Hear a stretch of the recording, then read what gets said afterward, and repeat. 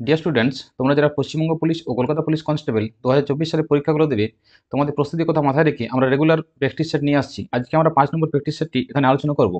তো আজকে প্রথম প্রশ্ন কি আছে তো দেখা যাক। প্রথম প্রশ্ন হচ্ছে, মৌর্য সাম্রাজ্যের প্রতিষ্ঠাতা কে ছিলেন? তো সঠিক উত্তর হবে চন্দ্রগুপ্ত মৌর্য। চন্দ্রগুপ্ত মৌর্য ছিলেন মৌর্য সাম্রাজ্যের প্রতিষ্ঠাতা। তিনি নন্দ রাজবংশের ধননন্দকে উৎখাত করেন 322 খ্রিস্টপূর্বাব্দে এবং মৌর্য সাম্রাজ্য প্রতিষ্ঠা করেন। ঠিক আছে।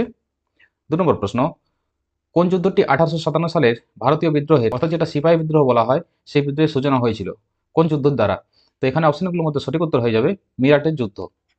মিরাটের যুদ্ধ 1857 সালের 10ই মে ব্রিটিশ শাসনের বিরুদ্ধে ভারতীয়দের বিদ্রোহের সূচনা করে। 3 নম্বর প্রশ্ন, ভারতীয় জাতীয় কংগ্রেসের প্রথম সভাপতি কে ছিলেন? প্রথম সভাপতি ছিলেন উমেশচন্দ্র ব্যানার্জি। তিনি 1885 সালে জাতীয় কংগ্রেসের প্রথম সভাপতি হয়েছিলেন। 4 নম্বর প্রশ্ন, কোন মুঘল সম্রাট তাজমহল নির্মাণ করেছিলেন? তাজমহল নির্মাণ করেছিলেন শাহজাহান। শাহজাহান 1632 খ্রিস্টাব্দে থেকে 1653 সালের মধ্যে তার স্ত্রী মমতাজ মহলের স্মৃতির উদ্দেশ্যে এই তাজমহলটি বানিয়েছিলেন। 5 নম্বর প্রশ্ন, 1942 সালে ভারত ছাড়ো আন্দোলনের নেতৃত্ব কে দিয়েছিলেন? ভারত ছাড়ো আন্দোলনের নেতৃত্ব দিয়েছিলেন মহাত্মা গান্ধী, যদিও এনাকে প্রথমে গ্রেফতার করে জেলে ভোট দেওয়া হয়। এই আন্দোলনের করেঙ্গে মরেঙ্গে এই স্লোগানটি খুব প্রাধান্য পেয়েছিল। 6 নম্বর প্রশ্ন হচ্ছে, কোন প্রাকৃতিক ঘটনা ঘটে যখন পৃথিবীর বায়ুমণ্ডল সূর্যালোক ছড়িয়ে দেয়, যার ফলে আকাশ লাল দেখায়? আকাশটা লাল কখন দেখায়? এটা সঠিক উত্তর সূর্যাস্তের সময়। তোমরা জানো বেগুনি আলো এবং নীল আলো, এইসব আলোগুলো তরঙ্গদৈর্ঘ্য সবচেয়ে কম, এর ফলে আকাশটা নীল দেখায়। এবং লাল এবং তার আগে যে কমলা আছে, সূর্যের যে 7টি রং আছে বেনিয়া সহ কলা, অর্থাৎ শেষে আছে ক এবং লা, অর্থাৎ কমলা এবং লাল, এই রঙগুলি তরঙ্গদৈর্ঘ্য বেশি হওয়ার জন্য সূর্যাস্তের সময় এই লালটা দেখায়। ঠিক আছে।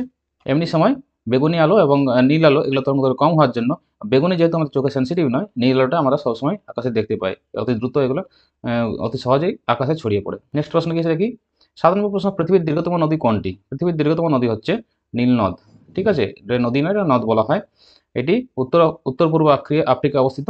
বুরুন্ডিতে এর উৎস আছে এবং ভূমধ্যসাগরে এটা পড়েছে। এর বিস্তার হচ্ছে 6695 কিলোমিটার। 8 নম্বর প্রশ্ন হচ্ছে, কোন ভারতীয় রাজ্য 7 বনের দেশ বা 7 সিস্টার নামে পরিচিত? 7 সিস্টারকে উত্তর পূর্ব রাজ্যগুলো, উত্তর পূর্বে কোন কোন রাজ্যগুলো আছে এখানে দেখো, এগুলো ছবিটা দেখলে বুঝতে পারছো। অরুণাচল প্রদেশ, আসাম, নাগাল্যান্ড, মণিপুর, মিজোরাম, ত্রিপুরা এবং মেঘালয়, এগুলো হচ্ছে 7 সিস্টার। প্রশ্ন নম্বর 9, পশ্চিমবঙ্গের কোন জেলা টেরাকোটা মন্দিরের জন্য বিখ্যাত? পশ্চিমবঙ্গের বাঁকুড়া জেলা, বাঁকুড়ার বিষ্ণুপুর হচ্ছে টেরাকোটা মন্দিরের জন্য বিখ্যাত। এটি মল্ল রাজাদের বাসভূমি ছিল। এখানে এই মন্দিরগুলো বিশেষত হচ্ছে পোড়ামাটির ইট দিয়ে এই মন্দিরগুলো তৈরি, এবং এখানে জটিল খোদাই এবং নকশা অলঙ্কৃত করা হয়েছে। 10 নম্বর প্রশ্ন হচ্ছে, ভারতের পূর্ব প্রান্ত বরাবর কোন পর্বতমালা প্রবাহিত? ভারতের পূর্ব প্রান্তে কোন পর্বতমালা আছে? উত্তরে সবাই জানে হিমালয় আছে, এখানে আরাবল্লী আছে। এই জায়গাটায় পিকচারটা দেখো, পিকচারটা লক্ষ্য করো, এখানে আরাবল্লী আছে এবং মাঝে আছে বিন্ধ্যা পর্বত, যার ফলে উত্তর দক্ষিণে ভাগ করা গেছে। এই এরিয়াটা পুরো সাউথ ওয়েস্ট সাউথ ওয়েস্ট সাইডটাতে এখানে আছে ওয়েস্টার্ন ঘাট, ওয়েস্ট সাইডে আছে বলে ওয়েস্টার্ন ঘাট, অর্থাৎ পশ্চিম ঘাট। পশ্চিম ঘাটকে আবার বলা হয় সহ্যাদ্রি। পশ্চিম ঘাটকে বলা হয় সহ্যাদ্রি। এখানে তোমার লেখা আছে দেখো, পশ্চিম ঘাটকে বলা হয় সহ্যাদ্রি।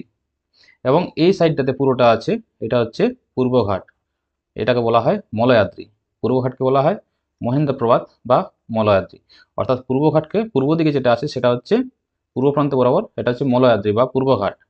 এবং পশ্চিম দিকে যেটা আছে সেটা হচ্ছে পশ্চিম ঘাট বা সহ্যাদ্রি। মাঝে আছে বিন্ধ্য পর্বত, এখানে আছে আরাবল্লী, এখানে আছে হিমালয়। ঠিক আছে। আর এখান থেকে তোমাদের জানার হচ্ছে, পশ্চিমঘাট পর্বতমালার সর্বোচ্চ শৃঙ্গ হচ্ছে আনাইমালাই পর্বতের আনাইমুদি, এবং পূর্বঘাট পর্বতমালার সর্বোচ্চ শৃঙ্গ হচ্ছে জিন্দাগাড়া কোন্ডা। এটা হচ্ছে পূর্বঘাট পর্বতমালার সর্বোচ্চ শৃঙ্গ, এটা পরীক্ষায় পড়ে। জিন্দাগাড় কোন্ডা হচ্ছে পূর্বঘাটের সর্বোচ্চ শৃঙ্গ, এবং পশ্চিম ঘাটের সর্বোচ্চ শৃঙ্গ হচ্ছে আনাইমালাই পর্বতের আনাইমুদি। ঠিক আছে। চলো 11 নম্বর প্রশ্ন কি আছে দেখি। ভারতীয় সংবিধানে কোন অনুচ্ছেদে সমতার অধিকারের নিশ্চয়তা দেওয়া হয়েছে? সমতার অধিকার নিশ্চয়তা দেওয়া হয়েছে ধারা নম্বর 14-এ। ঠিক আছে। এখানে কি বলা আছে? রাষ্ট্র ভারতের ভূখণ্ডের মধ্যে আইনের সামনে কোনো ব্যক্তির সমতা বা আইনের সমান সুরক্ষা অস্বীকার করবে না, অর্থাৎ সবাই সমান অধিকার পাবে। সমান সুরক্ষাটা কেউ অস্বীকার করতে পারে না। এই অনুচ্ছেদে সকল নাগরিকের জন্য সমতার মৌলিক অধিকারের নিশ্চয়তা দেয়। 12 নম্বর প্রশ্ন কি আছে, ভারতীয় সংবিধানে কোন সংশোধনী মৌলিক কর্তব্যকে সাংবিধানিক মর্যাদা দিয়েছে? মৌলিক কর্তব্যকে সাংবিধানিক মর্যাদা দিয়েছে, এটা হচ্ছে 42 অ্যামেন্ডমেন্ট অ্যাক্ট, যেটা 1976-এ হয়েছে। মনে রাখার জন্য আমি বলেছি 42 হচ্ছে 1976, কারণ 42 হচ্ছে 4 + 2 মানে 6, অর্থাৎ শেষে 6 আছে, এখানে শেষে 6 আছে। আরেকটা আমি 44 অ্যামেন্ডমেন্ট অ্যাক্ট বলেছি, এটা 1978, লাস্টে 8 আছে মানে 4 + 4 অর্থাৎ 8, 44 আছে সংশোধনী। ঠিক আছে, এটা মনে রাখার জন্য আমি বলেছিলাম। তো এটা 42 অ্যামেন্ডমেন্ট অ্যাক্টে এখানে যে মৌলিক কর্তব্য সেটাকে সাংবিধানিক, এটা কত নম্বর পার্টে আছে? এটা হচ্ছে পার্ট 4A তে আছে এবং 15A অনুচ্ছেদে এটা দেওয়া আছে। ঠিক আছে, মোট আমাদের ইন্ডিয়ান কনস্টিটিউশনে 25টা পার্ট আছে, এর মধ্যে 4A পার্টে এই অংশটা আছে এবং 448টা আর্টিকেল আছে, এর মধ্যে 51A আর্টিকেলে এটা দেওয়া আছে। ঠিক আছে, এছাড়া আমাদের কনস্টিটিউশনে কোটা আছে 12টা শিডিউল অর্থাৎ তফসিল 12টা আছে এবং 106টা অ্যামেন্ডমেন্ট হয়েছে। ঠিক আছে, 13 নম্বর প্রশ্ন হচ্ছে ভারতীয় সংবিধানে কোন অনুচ্ছেদটি সংসদকে সংবিধান সংশোধনের ক্ষমতা দিয়েছে? এটা কোনটা? এটা 368 ধারায় সংবিধান সংশোধনের ক্ষমতা ভারতীয় সংসদকে দেওয়া হয়েছে। সংবিধান সংশোধন প্রয়োজনে করতে পারে ভারতীয় সংসদ। ভারতীয় সংসদ বলতে লোকসভা এবং রাজ্যসভা। ঠিক আছে, লোকসভা রাজ্যসভা করবে, তারপর রাষ্ট্রপতির কাছে অনুমোদন নিতে হবে। ঠিক আছে, চলো 14 নম্বর প্রশ্ন হচ্ছে ভারতীয় রিজার্ভ ব্যাংকের আর্থিক নীতির প্রাথমিক উদ্দেশ্য কি? ভারতীয় রিজার্ভ ব্যাংকের আর্থিক নীতির প্রাথমিক উদ্দেশ্য হচ্ছে মুদ্রাস্ফীতি নিয়ন্ত্রণ করা। এছাড়াও মুদ্রাস্ফীতি নিয়ন্ত্রণ ছাড়াও স্থিতিশীলতা, মূল্য স্থিতিশীলতা বজায় রাখা এবং সুদের হার নিয়ন্ত্রণ করা, এটাও আরবিআইয়ের কাজ। ঠিক আছে, কিন্তু মেন কাজ হচ্ছে মুদ্রাস্ফীতি নিয়ন্ত্রণ। 15 নম্বর প্রশ্ন হচ্ছে ভারতের মোট দেশজ উৎপাদনে অর্থাৎ জিডিপিতে নিচের কোন খাতের অবদান সবচেয়ে বেশি? সবচেয়ে বেশি অবদান হচ্ছে সেবা খাতে অর্থাৎ সার্ভিসে মোট 50% জিডিপি কাজ করে দেখানো হয়। ঠিক আছে, 16 নম্বর প্রশ্ন যে বলটি যোগাযোগে থাকা দুটি পৃষ্ঠের মধ্যে গতির বিরোধিতা করে তাকে কি বলে? তাকে ঘর্ষণ বা ফ্রিকশন বলে। দুটি পৃষ্ঠ, এখানে দেখো দুটো বস্তু, এই বস্তুর তল এবং এই যে তলের মধ্যে দিয়ে যাচ্ছে সেই তল, দুটো তলের মাঝে কোন বলটা কাজ করে? ঘর্ষণ, তবেই তো বস্তুটি বাধাপ্রাপ্ত হয়, ওই জন্য তো বস্তুটি যায় না। সঠিক উত্তর হয়ে যাবে ঘর্ষণ। 17 নম্বর প্রশ্ন কোন প্রক্রিয়ার মাধ্যমে একটি পরমাণু আয়ন গঠনের জন্য ইলেকট্রন লাভ করে বা হারায়? এটা সঠিক উত্তর হচ্ছে আয়নকরণ। ঠিক আছে, আয়নকরণের মাধ্যমে একটা ইলেকট্রন লাভ করে বা হারায়। যেমন এখানে লিথিয়াম অ্যাটম থেকে একটা ইলেকট্রন হারিয়ে গেছে, তার ফলে লিথিয়াম আয়ন হয়ে গেছে, ইলেকট্রন একটা বাদ গেছে, ফলে এটা পজিটিভ এখানে আয়নের তৈরি হয়েছে। নেক্সট কোয়েশ্চেন কি আছে দেখি। 18 নম্বর প্রশ্ন যে প্রক্রিয়ায় উদ্ভিদ আলোক শক্তিকে রাসায়নিক শক্তি রূপান্তরিত করে তাকে কি বলে? তাকে সালোকসংশ্লেষ বা ফটোসিনথেসিস বলা হয়। সালোকসংশ্লেষ থেকে যেটা পড়ে তোমাদের, সেটা সালোকসংশ্লেষে সক্ষম প্রাণী, ইউগ্লিনা ক্রাইসিমা আছে সক্ষম প্রাণী, এবং অক্ষম উদ্ভিদ পড়ে যেগুলো ছত্রাক জাতীয় যেগুলো, সেগুলো হচ্ছে অক্ষম। নেক্সট কোয়েশ্চেন হচ্ছে 19 নম্বর শক্তি পরিমাপের একক কি? শক্তি পরিমাপের একক হচ্ছে জুল। ঠিক আছে, 20 নম্বর প্রশ্ন পর্যায় সারণী কি দ্বারা সংগঠিত? পর্যায় সারণী কি দ্বারা আমরা যে পরিসংখ্যানটা করা হয়েছে মেন্ডেলিভের, সেই পরিসংখ্যানটা কিসের ভিত্তিতে করা হয়েছে? সেটা হচ্ছে পারমাণবিক সংখ্যার মাধ্যমে।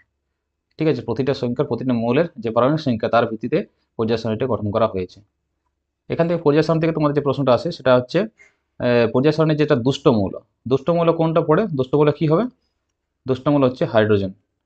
হাইড্রোজেন হচ্ছে পর্যায় সারণীর দুষ্ট মৌল। 21 নম্বর প্রশ্ন অস্ট্রেলিয়ার রাজধানী কোন শহর? অস্ট্রেলিয়ার রাজধানী হচ্ছে ক্যানবেরা, হচ্ছে অস্ট্রেলিয়ার রাজধানী। 1908 সাল থেকে অস্ট্রেলিয়ার রাজধানী আছে, যেটা অস্ট্রেলিয়ার সংসদ সহ অনেক জাতীয় প্রতিষ্ঠানের আবাসস্থল। 22 নম্বর প্রশ্ন নিচের কোন নদীটি দক্ষিণ আমেরিকার দীর্ঘতম? দক্ষিণ আমেরিকার দীর্ঘতম নদী হচ্ছে আমাজন নদী, এটা 6400 কিলোমিটার পর্যন্ত বিস্তৃত। ঠিক আছে, এটি আন্দিজ পর্বতমালা থেকে উৎস হয়ে আটলান্টিক মহাসাগরে পড়েছে। আন্দিজ পর্বতমালায় উৎস সৃষ্টি হয়েছে এবং আটলান্টিক মহাসাগরে পড়েছে। ডিজিটাল সাক্ষরতার প্রচারের জন্য 2024 সালে ভারত সরকার নিম্নলিখিত কোন উদ্যোগ চালু করেছিল? ডিজিটাল ইন্ডিয়া 2.0টা এটা চালু করেছিল, যদিও ডিজিটাল ইন্ডিয়া প্রথম যেটা ডিজিটাল নেওয়া হয় সেটা 2015 সালে চালু হয়ে গেছিল, পরবর্তীকালে 2.0টাও 2024 সালে চালু হয়। যার লক্ষ্য ছিল ডিজিটাল সাক্ষরতার দক্ষতা দিয়ে নাগরিকদের ক্ষমতায়ন করা এবং ডিজিটাল বিভাজন সেতু তৈরি করা। 24 নম্বর প্রশ্ন আন্তর্জাতিক টেনিস হল অফ ফেমের জন্য মনোনীত হওয়া প্রথম এশিয়ান ব্যক্তি কে? প্রথম এশিয়ান ব্যক্তি হলেন লিয়েন্ডার পেজ। 20 জুলাই 2024-এ এই লিয়েন্ডার পেজ এবং বিজয় অমৃতরাজ, এনারা দুজন আন্তর্জাতিক টেনিস হল অফ ফেমে অন্তর্ভুক্ত অলরেডি হয়ে গিয়েছেন। ঠিক আছে, লিয়েন্ডার পেজ কে ছিলেন? লিয়েন্ডার পেজ ছিলেন একজন টেনিস খেলোয়াড়, আন্তর্জাতিক মানে টেনিস খেলোয়াড়, যারা খেলাধুলা সম্পর্কে খবর রাখো তারা ভালোভাবে জানো লিয়েন্ডার পেজ কে ছিলেন। এনারা দুজন পরবর্তীকালে হল অফ ফেমে অলরেডি যুক্ত হয়ে গিয়েছেন। 25 নম্বর প্রশ্ন হচ্ছে নিচের কোন খেলাটি 2024 সালে প্যারিস অলিম্পিকে আত্মপ্রকাশ করেছিল? 2024 সালে সদ্য সমাপ্ত হওয়া প্যারিস অলিম্পিকে এখানের মধ্যে এই ব্রেকিং ড্যান্সটা অন্তর্ভুক্ত করা হয়েছে। ঠিক আছে, তো আজকে 25টি প্রশ্ন ছিল, আজকে এ পর্যন্ত। Dear students, thank you.